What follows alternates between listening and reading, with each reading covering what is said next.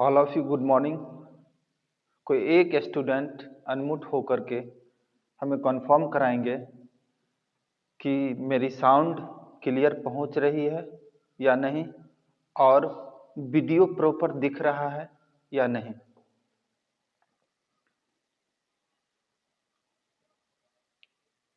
Okay okay, दिख रहा है, साउंड क्लियर है। ओके, चलो मैं स्टार्ट करता हूँ। देखो, इससे पहला लेक्चर जो मेरा था उसमें ट्रांसफार्मर इंट्रोडक्शन क्लास था। उस क्लास में हमने बहुत चीज पढ़ लिया था। जैसा कि मैंने बताया था कि ट्रांसफार्मर, अगर आपसे पूछा जाए कि ट्रांसफार्मर क्या है, तो ट्रांसफार्मर एक स्टैटिक डिवाइस है जो इलेक्ट्रिक एनर्जी को एक सर्किट से दूसरे सर्किट में ट्रांसफर करता है।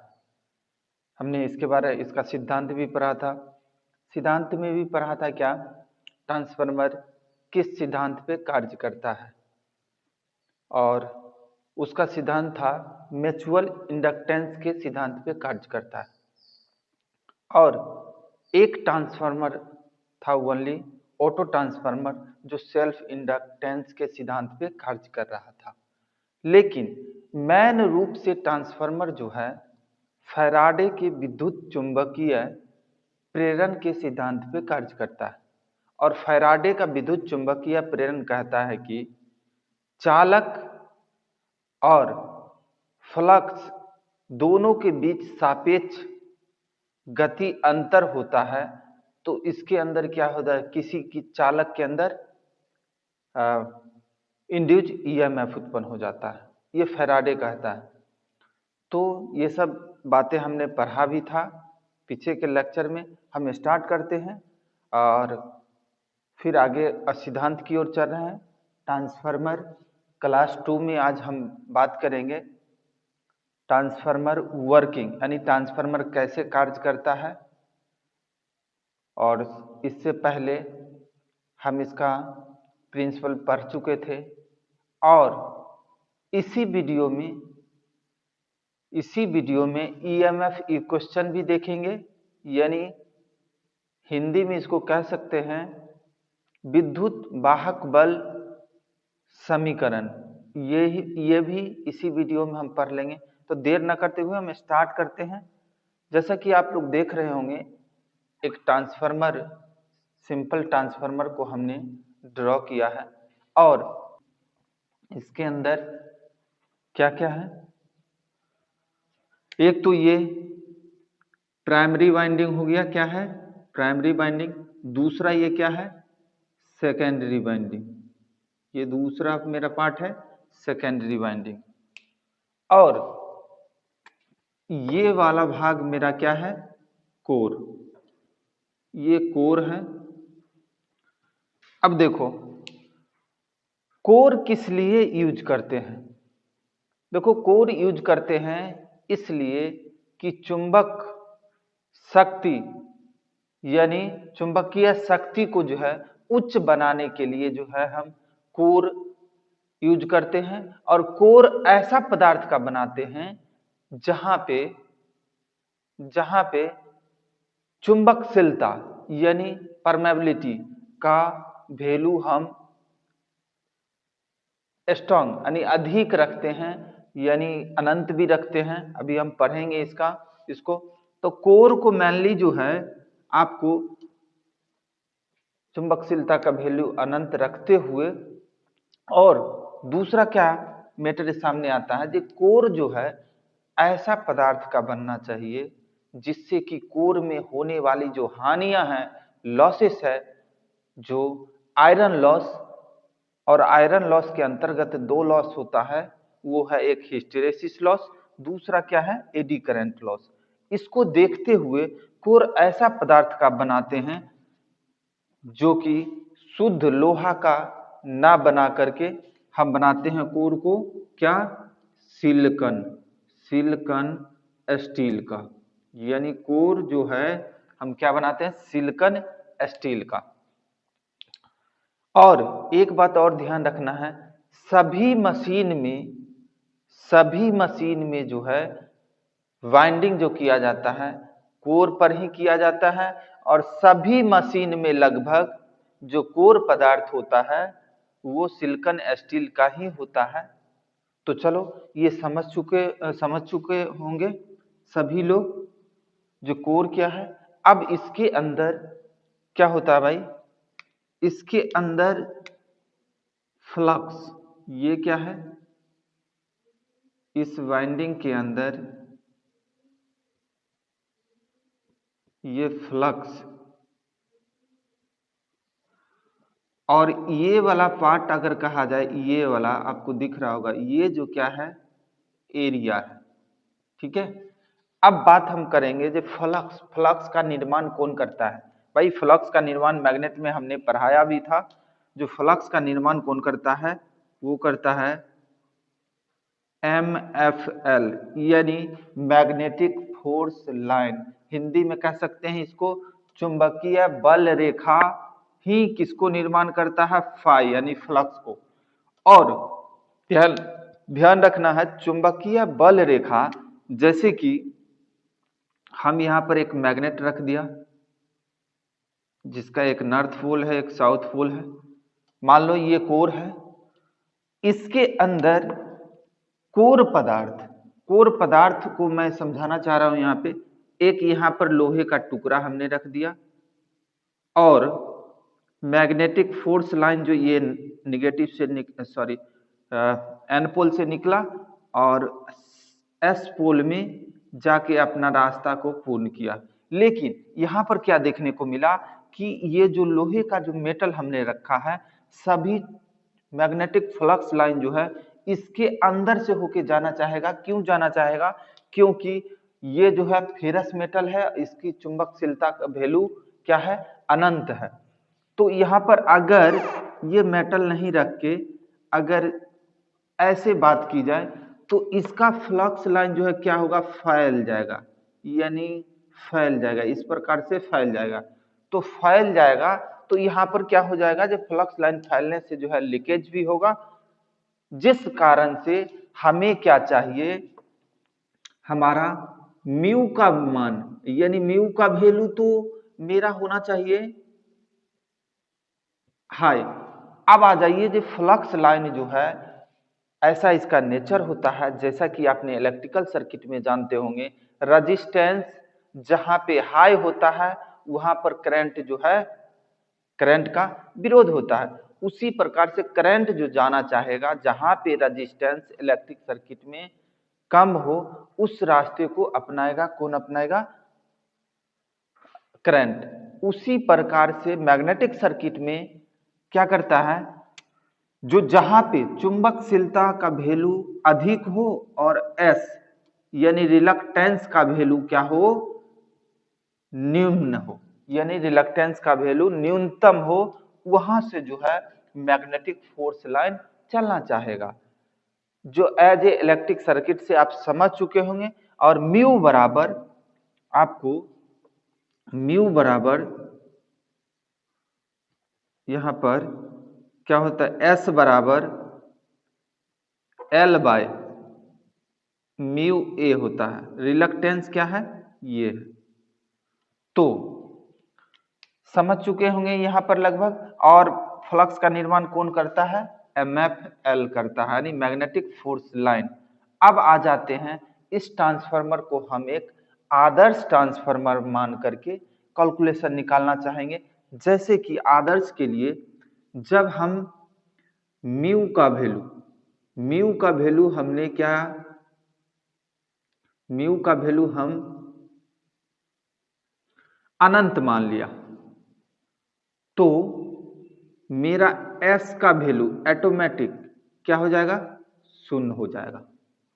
जैसे कि एस बराबर होता है 1 बाई म्यू, यानी म्यू का वैल्यू यहां पर हमने अनंत किया तो एस का वैल्यू ऑटोमेटिक क्या हो जाएगा, शून्य हो जाएगा। और जब ऑटोमेटिक शून्य हो जाएगा रिलक्टेंस का वैल्यू, तो यहां पर क्या हो जाएगा भाई, इसके अंदर जो फ्लक्स इधर उधर जो लीकेज होना चाहेगा वो लीकेज ना हो करके फुल फ्लक्स का यूज होगा किसके अंदर, ये आपको कोर के अंदर ही। तो लीकेज यहाँ कह सकते हैं जो लीकेज बराबर लीकेज भी क्या हो जाएगा, शून्य हो जाएगा। इस कंडीशन में एक आदर्श ट्रांसफार्मर हम मान करके इसका कैलकुलेशन निकालेंगे। क्या है, आदर्श ट्रांसफार्मर।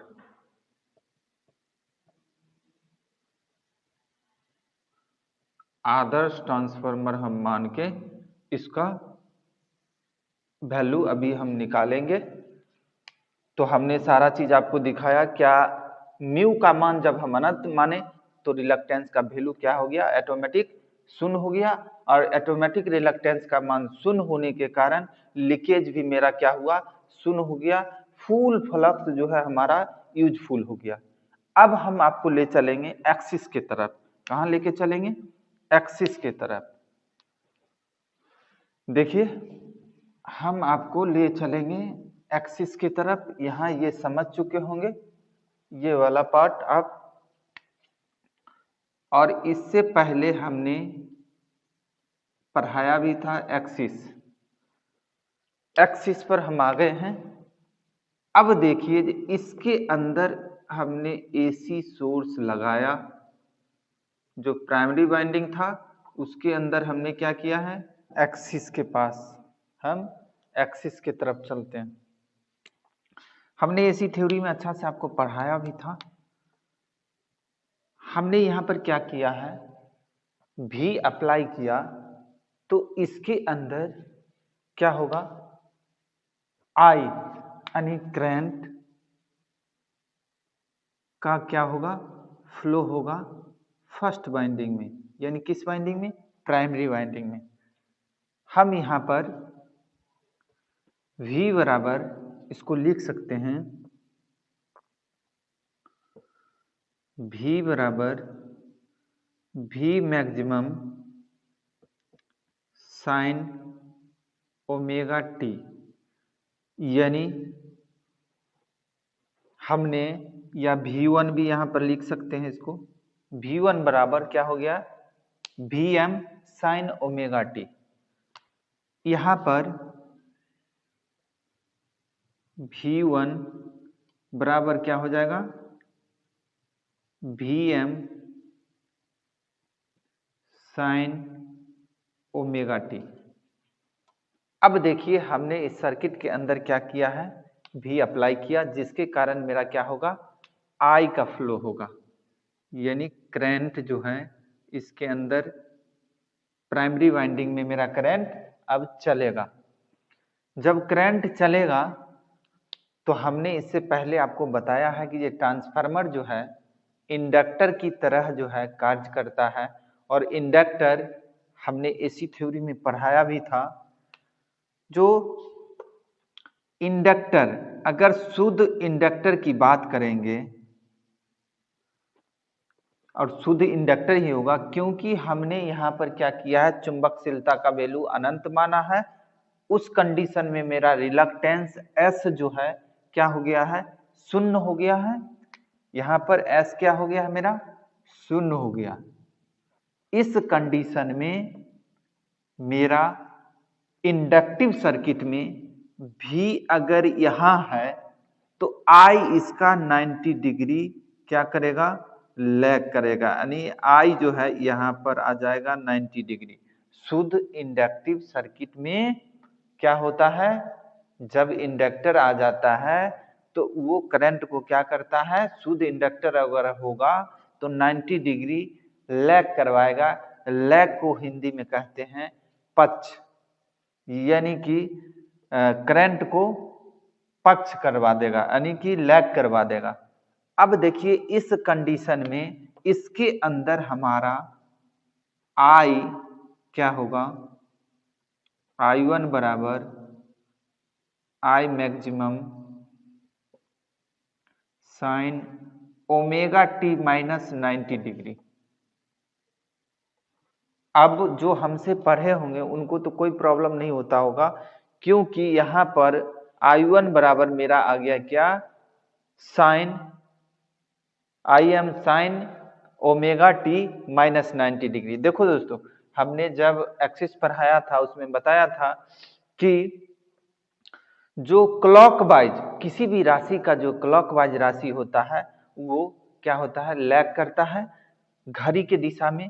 तो करंट यहाँ से क्या किया है, लैग किया है, वो आई M sine omega t minus 90 degree. यहाँ पर अगर साइन हमने माना है तो इसको कॉस मान सकते हैं। अगर यहाँ पर लिख सकते हैं हम क्या, आई एम साइन ओमेगा टी, या इसके जगह पर I am cos omega T भी लिख सकते हैं। लेकिन हमने यहाँ पर समझाने के लिए इसको माइनस लिया है, इसलिए क्योंकि करंट यहाँ पर क्या किया है, करंट को लैग करवाया है। कौन करवाया है, इंडक्टर। तो चलो अब देखते हैं हम आगे क्या क्या सर्किट में हमें निकल के सामने आता है। हमारा जो है इस सर्किट में जो प्राइमरी वाइंडिंग था उसके अंदर हमने भी अप्लाई किया, तो इसके अंदर भाई करंट चला, इसके अंदर इस वाइंडिंग के अंदर। और करंट के कारण देखिए अब हमें सामने और कुछ प्राप्त होगा, फाई समान अनुपाती क्या होता है, आई होता है, यानी आई के समान अनुपाती ही फ्लक्स होता है फाई। जब मेरा फ्लक्स जो है 90 डिग्री क्या किया है, यहाँ पर लैग किया है, क्या है 90 डिग्री मेरा करंट लैग किया है, तो उस कंडीशन में भी हमारा फ्लक्स भी क्या होगा, 90 डिग्री लैग करेगा। तो हम यहाँ पर लिख सकते हैं फाई 1 बराबर phi maximum sine omega t minus 90 degree. मेरा फाई भी आपके सामने निकल के आ गया, जो सर्किट कहा उसी प्रकार से। जब आई के समानुपाती क्या होता है, फ्लक्स होता है। जब आई जो है 90 डिग्री यहाँ पर क्या किया है, लैग किया है, तो मेरा फ्लक्स भी जो है 90 डिग्री लैग करेगा। अब आ जाइए, इसके अंदर हमारा फ्लक्स भी प्राप्त हो गया, लेकिन अब यहाँ पर कंडीशन आता है जो इसके अंदर इंड्यूज ईएमएफ, किसके अंदर, प्राइमरी वाइंडिंग के अंदर क्या होगा, E1 की बात करेंगे। E1 जो है इसका चलेगा, थोड़ा सा मिटाना पड़ेगा हमको। हमने यहाँ पर क्या लिखा, क्या क्या प्राप्त हो गया था, I M sine omega t minus 90 degree, और फाई 1 भी मेरा आ गया था phi maximum sine omega t minus 90 degree. हमें ये क्वांटिटी यहाँ पे प्राप्त हो गया माइनस 90 डिग्री। ये हमें तीन चीज प्राप्त हो गया है। अब हमें चाहिए जो इंड्यूज ईएमएफ जो है इसके अंदर 180 डिग्री वैद्युतिक अंश होता है। तो भाई वैद्युतिक अंश होता है, तो एसी आप जानते हैं जो चलता है किस प्रकार से, एसी इस प्रकार से आपका मेरा एसी चलता है, और इसके 180 डिग्री वैद्युतिक अंश पर इसके अंदर इंड्यूज ईएमएफ होता है। तो इसके 180 डिग्री बना लेते हैं, 180 डिग्री मेरा इंड्यूज ईएमएफ जो है यहाँ पर सामने आ गया, और ये किससे चलता है, ओमेगा टी से। ओमेगा टी क्या है, कोणीय चाल से ये चलता है।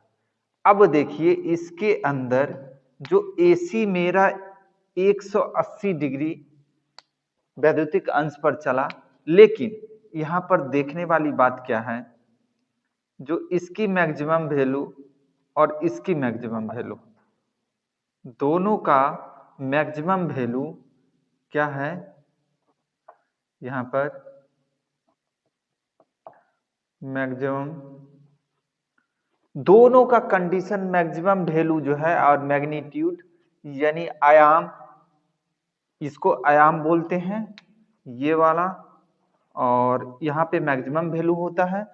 इस दोनों का मैक्सिमम वैल्यू जिस टाइम से स्टार्ट होता है, जो भी कोई भी राशि अगर एक साथ एक ही समय पर स्टार्ट होकर मैक्सिमम वैल्यू तक एक ही समय में पहुंचता है, वो राशि क्या होता है आपको, वो राशि होता है क्या, इन फेज। तो यहां पर कह सकते हैं जो V एंड E1 यानी V1 और E1 एक दूसरे को क्या है, इन फेज है।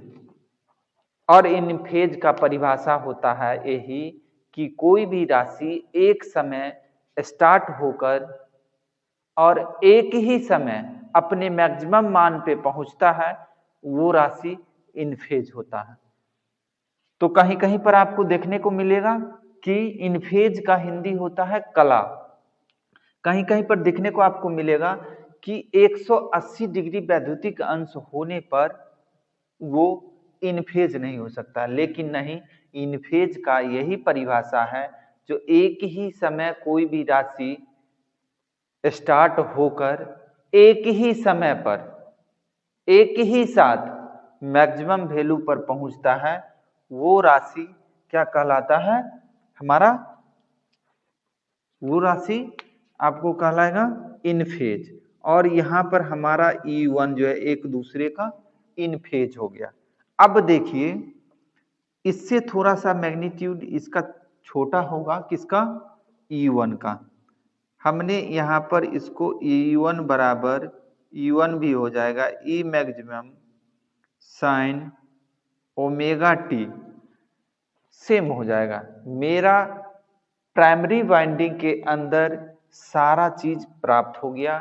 क्या हो गया, हमने भी अप्लाई किया जिसके कारण आई का फ्लो हुआ, आई का फ्लो हुआ तो आई भी जो है क्या हो गया, शुद्ध इंडक्टर के कारण 90 डिग्री करंट लैग किया। उस कंडीशन में I1 बराबर I maximum sine omega t minus 90 degree, और फाई जो है आई के समान अनुपाती ही होता है, इसलिए फाई1 बराबर भी phi maximum sine omega t minus 90 degree हमारा ये भी प्राप्त हो गया। और इसके अंदर मेरा क्या हो गया, E1 भी प्राप्त हो गया। E1 क्या आ गया हमारा, E maximum sine omega T.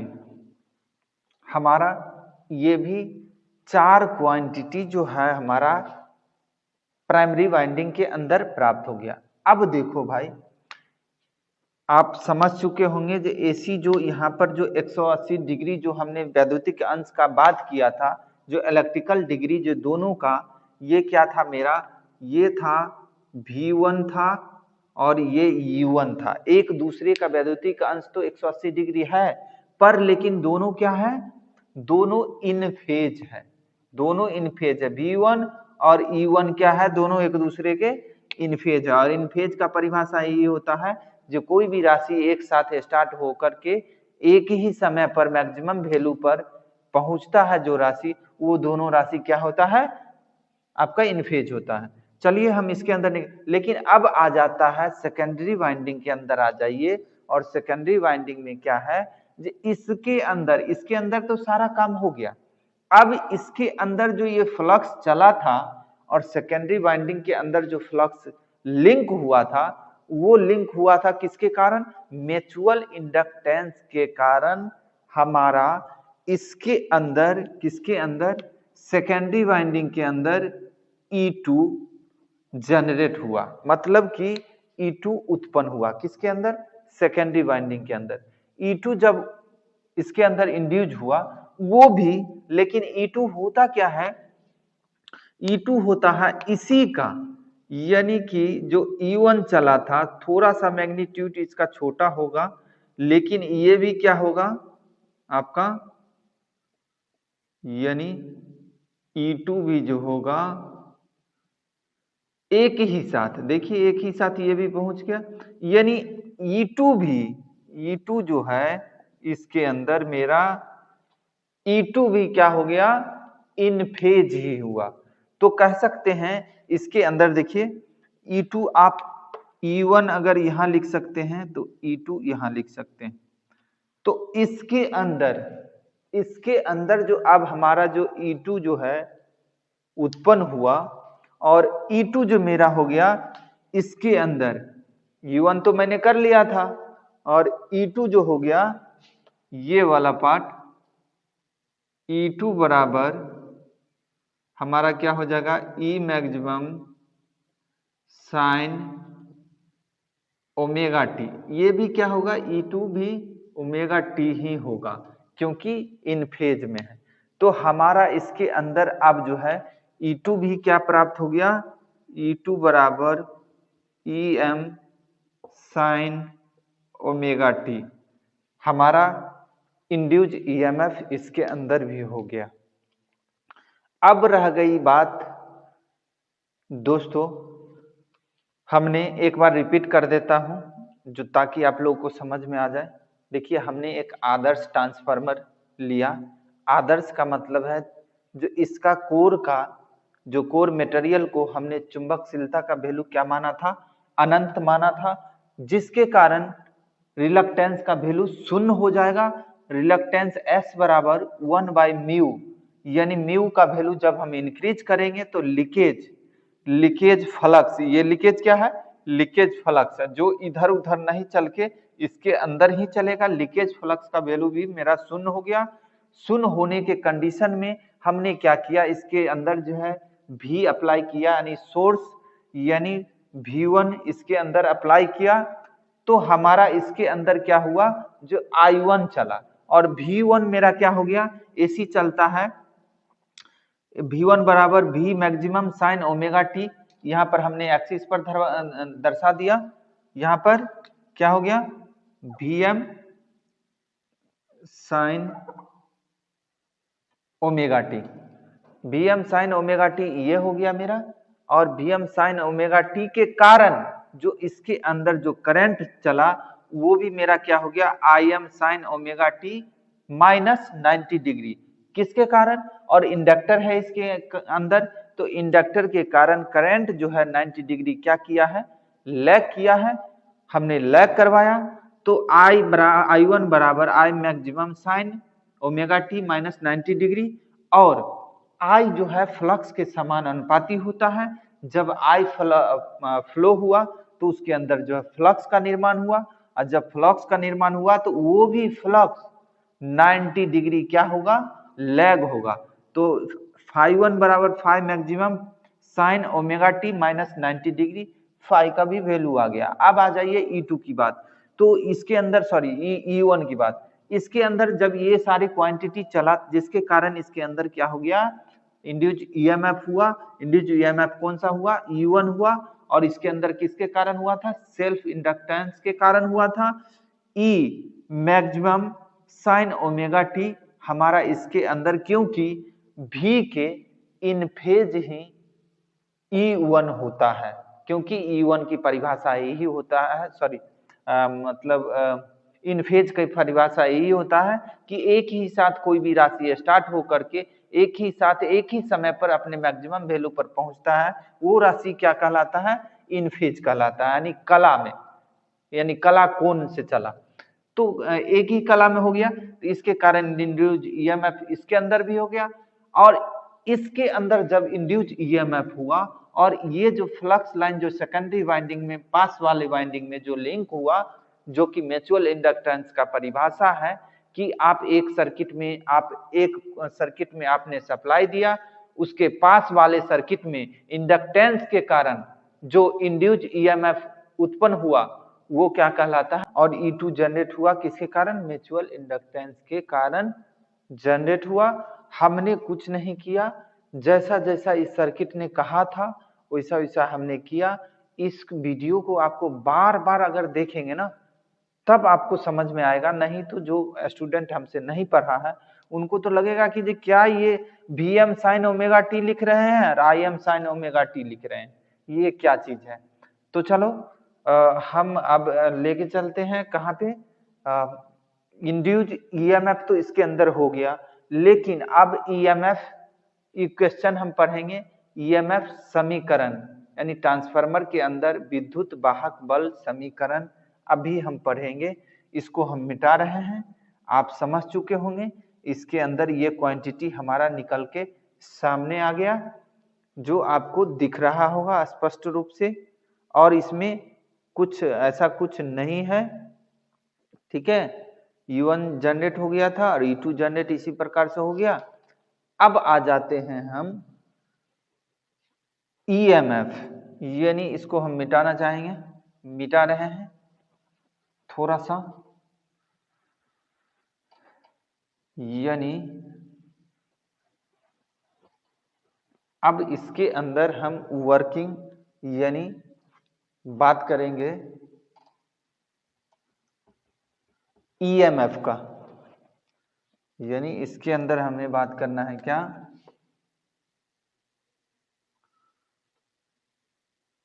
EMF equation, यानी EMF समीकरण की बात हम कर रहे हैं।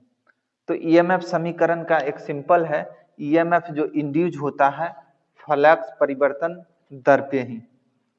चलो फ्लक्स परिवर्तन EMF बराबर क्या है, E बराबर फ्लक्स परिवर्तन क्या है, डी फाई बाई dt, कुछ नहीं है, डी फाई बाई dt जो है ये फ्लक्स परिवर्तन दर है। ये क्या हो गया, डी फाई क्या है और dt है फ्लक्स परिवर्तन दर है। एक बात ध्यान रखना कि सभी चीज बोर्ड पर लिखा नहीं जा सकता है, जो हम मुंह से बोल भी रहे हैं ना उसको भी आपको नोट करना है। जैसे कि यहाँ पर जो है डी फाई बटे dt जो है, तो यहाँ पर आप लिख लेंगे फ्लक्स परिवर्तन दर, ठीक है। चलो फ्लक्स परिवर्तन दर। अब बात करते हैं जो एसी चलता कैसे है। सिंपल, एसी जो है हमारा इस प्रकार से चलता है और एसी के अंदर मैक्सिमम वैल्यू 90 डिग्री पर होता है, ये 90 डिग्री पर। अब देखिए इसके अंदर हमें मैक्सिमम वैल्यू कहाँ पर हुआ भाई, इसकी टाइम पीरियड की बात करेंगे तो यहाँ और यहाँ के बीच ओमेगा टी, ये क्या है ओमेगा टी, 1/4 यानी टी बराबर कह सकते हैं 1/4f, यानी फ्रीक्वेंसी जो हो गया यहाँ पर इस कंडीशन में यहाँ पर कितना हो गया भाई 1/4। तो कुछ नहीं करना है, जैसा कि आप देख रहे हैं यहाँ पर फाई एम क्या है, डी फाई क्या है, फाई एम है, और ये डी टी क्या है आपका, डी टी तो है क्या समय है टी है।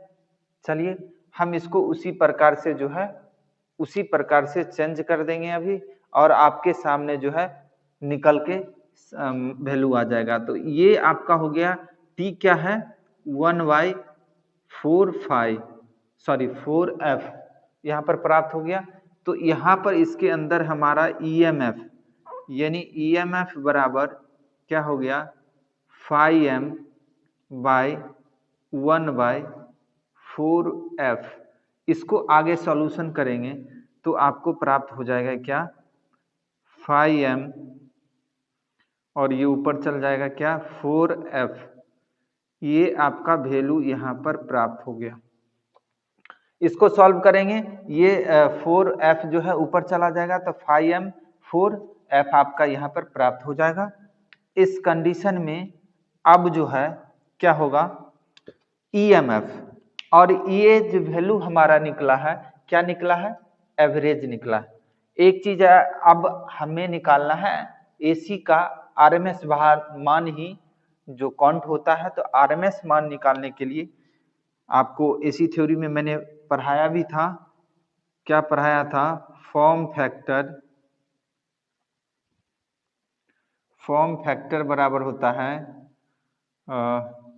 VRMS और V एवरेज। V क्या हो जाएगा यहाँ पर एवरेज। तो इसका वैल्यू भी आपको VRMS का क्या था, RMS का वैल्यू था 0.707 और इसका वैल्यू क्या था 0.637, ये दोनों को काटेंगे दोस्तों तो फॉर्म फैक्टर का वैल्यू आपको प्राप्त हो जाएगा। यहाँ पर फॉर्म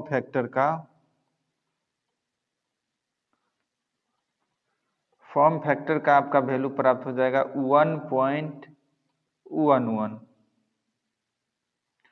अब देखिए हमें एवरेज है और फॉर्म फैक्टर का वैल्यू निकल के सामने आ गया और हमें निकालना है इसके अंदर क्या, हम डायरेक्ट इसको हमने ये बता दिया, नोट कर लेना आप इसको।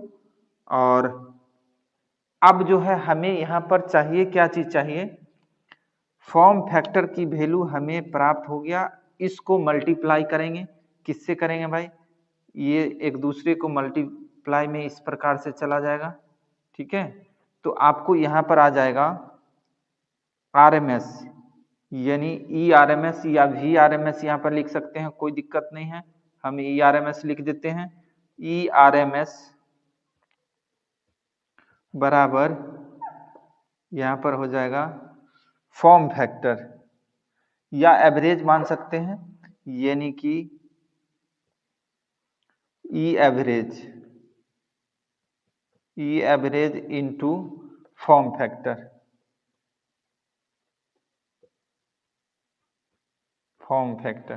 यहाँ पर इसी प्रकार से वैल्यू पुट करेंगे। क्या करेंगे, हम इसको थोड़ा सा मिटाएंगे, ये कहाँ से आया था भाई, 1/4f, वो तो आप समझ चुके होंगे। तो इसके अंदर हम वैल्यू पुट करेंगे, क्या करेंगे, एवरेज वैल्यू हमारा क्या आ गया था भाई, ERMS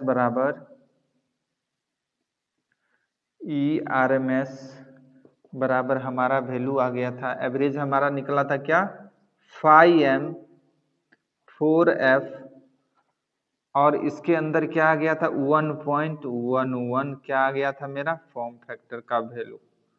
तो मेरा RMS प्राप्त हुआ यहाँ पर, ERMS एज ए EMF हुआ, EMF क्या है यहाँ पर, इसको मल्टीप्लाई करेंगे तो 4.445m और 5mF हो जाएगा। ये मेरा फाइनल फार्मूला आपके सामने प्राप्त हुआ। यहाँ पर एक चीज ध्यान रखना है, यहाँ पर जो है n हो जाएगा, जो n क्या है, टर्नों की संख्या है, इसके अंदर n लग जाएगा एक। अगर कहेंगे प्राइमरी निकालने के लिए तो आपको यानी EP निकालना है, तो यहाँ पर आप डायरेक्ट लिख देंगे 4.445 मैक्सिमम F, और ये हो जाएगा NP, यानी ये प्राइमरी हो गया। और ES की बात करेंगे तो ES हो जाएगा 4.445m F into NS। NS क्या है, सेकेंडरी टर्न है। तो ये दोनों फार्मूला मेरे सामने प्राप्त हो गया। अगर आप प्राइमरी का निकालना चाहें तो प्राइमरी भी निकाल सकते हैं, और सेकेंडरी निकालना चाहे तो सेकेंडरी भी आप यहाँ से निकाल सकते हैं, यानी किसी प्रकार का किसी को दिक्कत नहीं होना चाहिए। देख लो ये सेकेंडरी के निकल गया ES, और ये EP निकल गया प्राइमरी के लिए। चलो ये दोनों जो 4.445m F NP क्या है, वो प्राइमरी टर्न है। अब यहाँ पर एक चीज आता है, नोट में नोट लिख लेना भाई, हम थोड़ा सा इसको मिटाना चाहेंगे, यहाँ से हमने इसको लिख देता है ऊपर, इसको मिटा दे रहे हैं। और यहाँ पर क्या था, ERMS बराबर क्या मेरा आया था, E एवरेज और इनटू फॉर्म फैक्टर,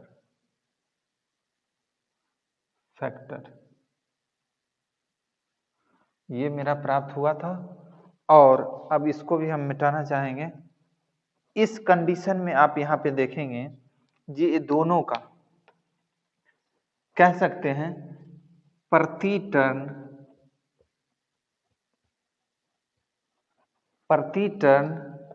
ईएमएफ दोनों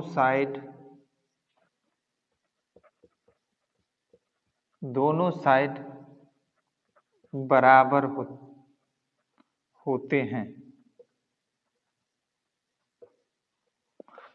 इसको नोट में आप लिख लेना। इसका अर्थ हुआ क्या, प्रति टर्न दोनों साइड यानी प्राइमरी और सेकेंडरी, जैसे कि आप अगर प्राइमरी में अगर वन टर्न यानी वन टर्न बराबर अगर 20 वोल्ट है तो सेकेंडरी में भी क्या हो जाएगा, वन टर्न बराबर 20 वोल्ट ही होगा। तो हमें लगता है आपको अच्छा से समझ में आया होगा जो ईएमएफ समीकरण क्या होता है। ईएमएफ समीकरण जो कि ईएमएफ इक्वेशन ट्रांसफार्मर का हो गया, इसको हिंदी में बात करेंगे तो वो होता है ट्रांसफार्मर विद्युत वाहक बल समीकरण। उसको हमने निकाला, ये ट्रांसफार्मर के अंदर क्या क्या हुआ था। और ईएमएफ समीकरण डिपेंड होता है जो कि फ्लक्स के दर पर ही डिपेंड करता है। फ्लक्स की दर हमारा जो है ईएमएफ बराबर डी फाई बट्टे डी टी। तो डी फाई को हमने फाई मैक्सिमम माना और टी का वैल्यू हमारा जो एसी के अंदर आया था, क्या आया था, एसी का 1/4 यानी टी बराबर यहाँ पर आया था 1/4f। हमने उसी प्रकार से ई बराबर यहाँ पर इसको फाई एम माना, फाई एम लिख दिया, टी बराबर टी का वैल्यू लिखा, इसको सॉल्व किया तो हमें प्राप्त हो गया 5m4f।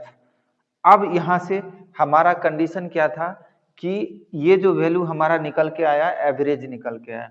तो एवरेज निकालने के लिए एवरेज तो हमें प्राप्त हो गया और एसी का जो है कहीं भी जो है आरएमएस मान जो है काउंट होता है, तो आरएमएस मान बराबर जो हो गया ई एवरेज इंटू फॉर्म फैक्टर, यानी फॉर्म फैक्टर का वैल्यू हमने निकाल करके भी बताया था 1.11। हमने उसी प्रकार से इस वैल्यू को पुट किया ईआरएमएस यानी ईएमएफ, ये ईएमएफ ही है 5m4f इंटू जो है 1.11, इसको मल्टीप्लाई करके हमें हमारा पूरा यहाँ पर वैल्यू आ गया ईएमएफ का, क्या आ गया इसके अंदर 4.445 FN। n क्या है, टर्नों की संख्या है, f क्या है, फ्रीक्वेंसी है, 5m क्या है, मैक्सिमम फ्लक्स है। और ये वैल्यू कैसे निकल करके आया, जैसे जैसे निकल के आया वैसे वैसे हमने आपको निकाल करके दिखाया। ऐसा कुछ नहीं है कि जो सर्किट कहते गया हम करते गए और सारा वैल्यू यहाँ पर निकल करके आपके सामने आ गया। तो दोस्तों आज के लिए बस इतना ही, फिर मिलते हैं नेक्स्ट वीडियो में। तब तक के लिए आप लोग मौज मस्ती से पढ़ें और कोई भी प्रॉब्लम हो तो आप कमेंट में बता सकते हैं, उसका सॉल्यूशन आपको देंगे। तो आज के लिए बस इतना ही, फिर मिलते हैं नेक्स्ट वीडियो में। Thank you so much.